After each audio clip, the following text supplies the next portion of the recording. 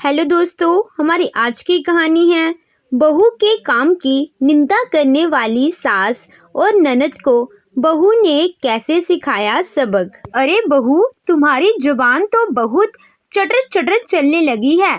थोड़ा भी बोलने की तमीज नहीं है। क्या तमीज बेच खाई हो? अपनी ननद के बारे में ऐसी बातें बोलते हुए तुम्हें थोड़ी भी शर्म नहीं आ रही? कैसी शर्म माँ जी? पूजा अपने पति से अपने हाथ के दर्द के बारे में बता रही थी और कह रही थी कि राजीव, देखिए, पूरा दिन काम करने से कैसे मेरे हाथ में काले काले से निशान पड़ गए हैं। निशान देखकर राजीव ने भी कहा, हाँ पूजा, ऐसा कौन सा काम कर दिया तुमने? यह तो सच में बहुत गहरा दाग पड़ गया है। पति की हमदर्दी पाते ही पूजा अंदर अंदर खुश हो जाती है और खुशी में भी कहने लगती है, आज मैंने पूरे घर की खूब अच्छे से रगड़ के सफाई करी है, इसीलिए हाथों पर कुछ ज़्यादा ही जोर पड़ गया, जिसकी वजह से काले काले दाग से पड़ गए हैं। बस यही बातें निर्मला जी के कानों में पड़ गई। अब निर्मला जी तुरंत बहू बेटे के कमरे में आते हुए कहती है, अरे तो कौन सी बड़ी बात होगी, घर के ही तो काम की हो। घर के काम करते हैं तो इतना बताते नहीं हैं। तुम्हारा ही घर है, किसी और का तो नहीं है, काम तो करना ही पड़ेगा। इसमें इतना घिनाने की क्या जरूरत है? ये क्या, ये किया? अपनी सास निर्मला जी के मुंह से अपने लिए ऐसी बातें सुन सच में पूजा की आंखों में आंसू आ गए। उसने अपने पति राजीव की ओर देखा। राजीव ने उसे इशारे में ही शांत रहने के लिए कहा। अब राजीव माँ के सामने क्या ही बोले। उन्हें पता था कि अगर वह पूजा का पक्ष लेंगे तो माँ को ही बुरा लग जाएगा और माँ के फिर हजार नखरे शुरू हो जाएंगे। वह अपनी ही कहानी लेकर बैठ जाएगी। बेटा, हमने भी बहुत काम किए हैं, अब कौन सा काम है? सब कुछ तो बाहर से ही आ जाता है। पैकेट का ना कुटना है ना पीसना है। हमारे ज़माने में था, सारा काम करने के बाद भी चक्की चलानी पड़ती थी। इतने इतने काम थे, अगर हाथ दिखाने लगे और रोना लेकर बैठ जाए तो संभल गई गृहस्थी, बात आगे ना बढ़े। इसलिए पूजा चुपचाप उठकर किचन में चली गई। उसकी आंखों से आंसू लगातार ही निकल रहे थे, क्योंकि उसने सच में पूरे घर के एक एक कोने की सफाई बहुत ही तरीके से की थी। पूरा दिन लगा गया था और पूरा दिन काम करने के बाद भी कभी भी ससुराल में किसी के मुंह से प्यार की बोली ना निकलती थी। अगर यही काम मायके में करती तो माँ से उसे कितना प्यार मिलता, साथ ही कितनी तारीफ मिलती। लेकिन यह तो ससुराल है और ससुराल में बहू की कभी तारीफ होती नहीं है। खैर, पूजा को तो अपनी सास की बातें बुरी लगी थी, लेकिन इस बात की तसल्ली भी थी कि कम से कम उसका पति तो उसके साथ है, वह तो उसकी और उसके काम की कदर करता है। पूजा सुबह का सारा काम करके दोपहर का खाना बनाकर अपनी सास को खिलाने के बाद खुद खाकर जैसे ही लेटने गई कि अचानक ही डोरबेल बज उठी। मन खिंच उठा था पूजा का। अनमने मन से ही जैसे वह दरवाजा खोलती है कि सामने मुस्कुराती हुई ननद रानी खड़ी दिखाई दी। पूनम को देख पूजा का मन बैठ जाता है, क्योंकि वह एक तो पहले से ही थक गई थी, दूसरे अब सासू माँ की एक से एक फरमाइशें शुरू हो जाएंगी। और वैसे भी कोई भी इंसान हो, दोपहर को खाना खाने के बाद 1 घंटा आराम करता ही करता है, लेकिन अब पूजा के लिए आराम हराम था।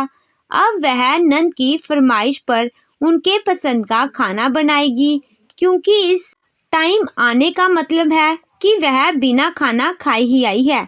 और यह कोई आज की बात नहीं है, हफ्ते में हर दूसरे तीसरे दिन ननद रानी बिना बताए आ ही जाती हैं।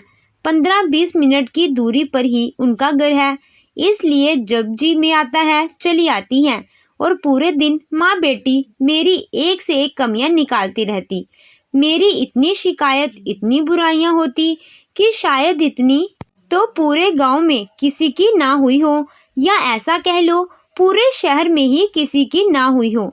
ना माँ जी की शिकायतें खत्म होती, ना बेटी की हिदायतें खत्म होती। 2 घंटा 3 घंटा ननद रानी जब तक रहती, दोनों माँ बेटी के बीच में बस चर्चा का विषय मैं ही होती थी। अभी मैं दरवाजे पर ही खड़ी थी कि तभी पूनम ने कहा, भाभी अब हटोगी भी या दरवाजे पर ही खड़ी रहोगी?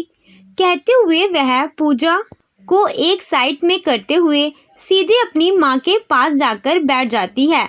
माँ भी बेटी को देखकर ऐसे खुश होती है जैसे बेटी साल में पहली बार आ रही हो। हाँ बेटी आजा, तू आ जाती है तो थोड़ा मन बहल जाता है, नहीं तो पूरे दिन इस घर में पड़े पड़े सड़ते रहो, किसी को भी मतलब नहीं है। क्या करूँ माँ, मैं बस तुम्हारे ही चक्कर में भाग भाग कर आती रहती हूँ, नहीं तो टाइम ही कहाँ मिलता है इतना आने का। घर में इतने काम रहते हैं कि सांस लेने की भी फुर्सत नहीं रहती है। पूरे दिन करते रहो, इसके बावजूद भी कोई कदर नहीं होती है ससुराल में। कहते हुए पूनम ने उदास सा चेहरा बना लिया था कि तभी पूजा पूनम के लिए पानी लेकर आती है और उसकी बातें सुनकर कहती है, दीदी तो कौन सी बड़ी बात है, अपने घर का काम किसी को बताने थोड़ी है होते हैं।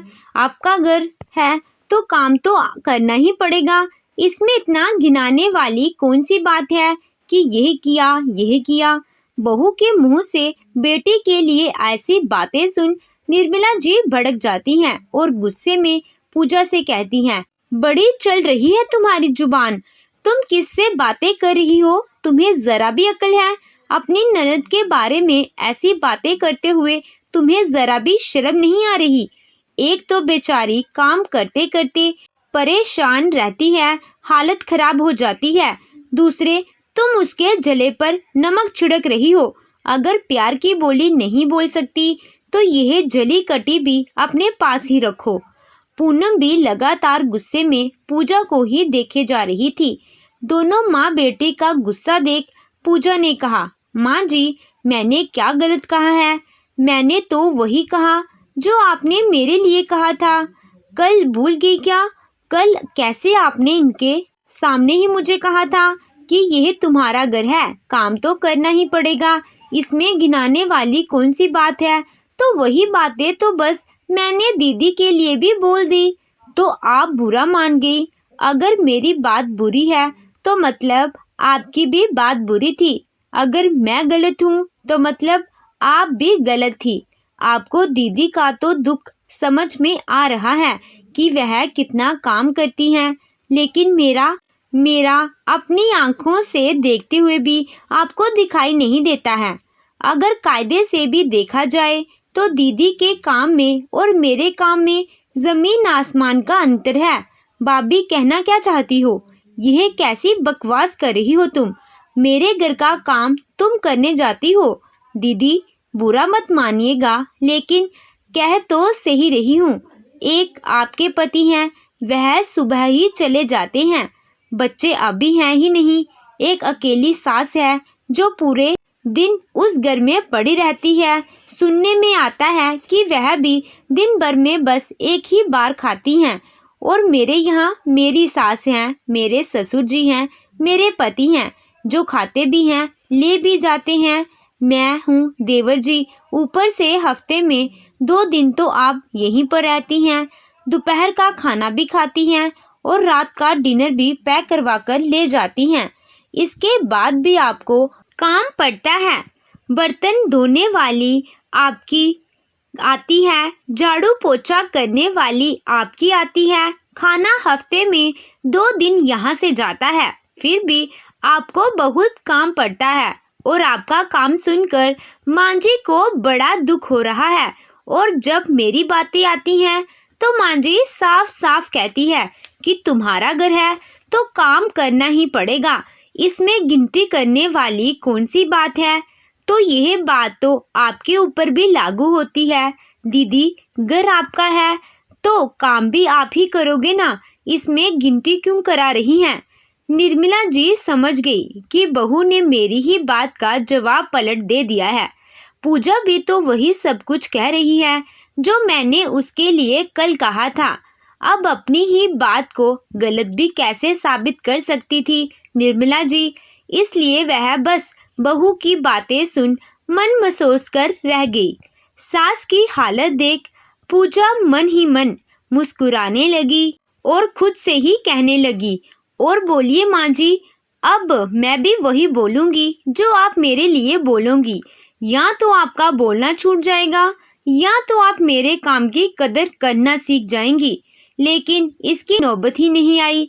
उस दिन के बाद निर्मला जी कभी भी बहू के सामने ना तो कमियां निकालती थी, ना ही कभी उसके काम को लेकर कुछ कहती थी, क्योंकि उन्हें अच्छे से पता था कि अगर अब मैं बहू को कुछ भी कहूँगी तो जब भी बेटी आएगी उसके सामने अपना मुंह खोल देगी।